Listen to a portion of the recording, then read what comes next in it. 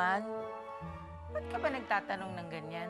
Eh kasi po, totoo po ba yung hindi niyo po ako gusto nung ipinanganak niyo ako? Gusto niyo raw po akong itapon nun. Hindi naman sa ganon. Siyempre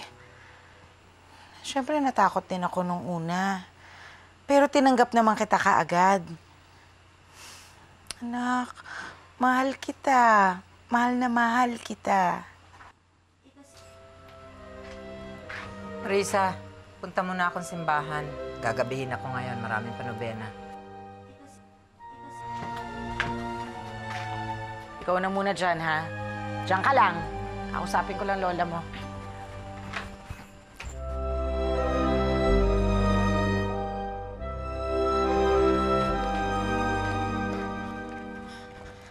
Nana Celia!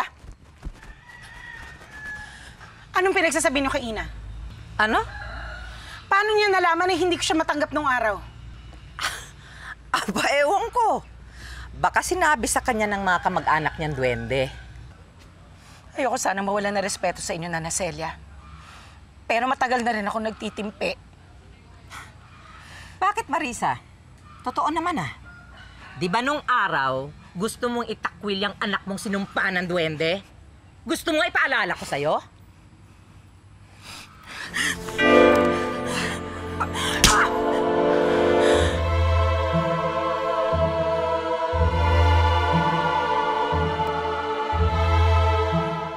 Kaya laging napapagalitan ni Cardo si Lucille dahil dyan sa bubuit na yan! Si Lucille ang tunay niyong anak at hindi si Ina. Yan ang itapat mo sa utak mo! Kulang pa ba?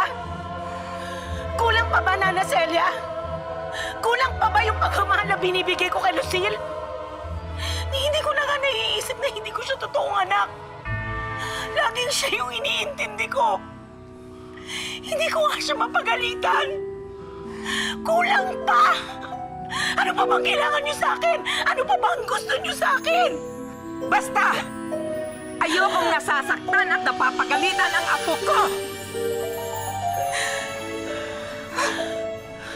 Kapag simba na nga,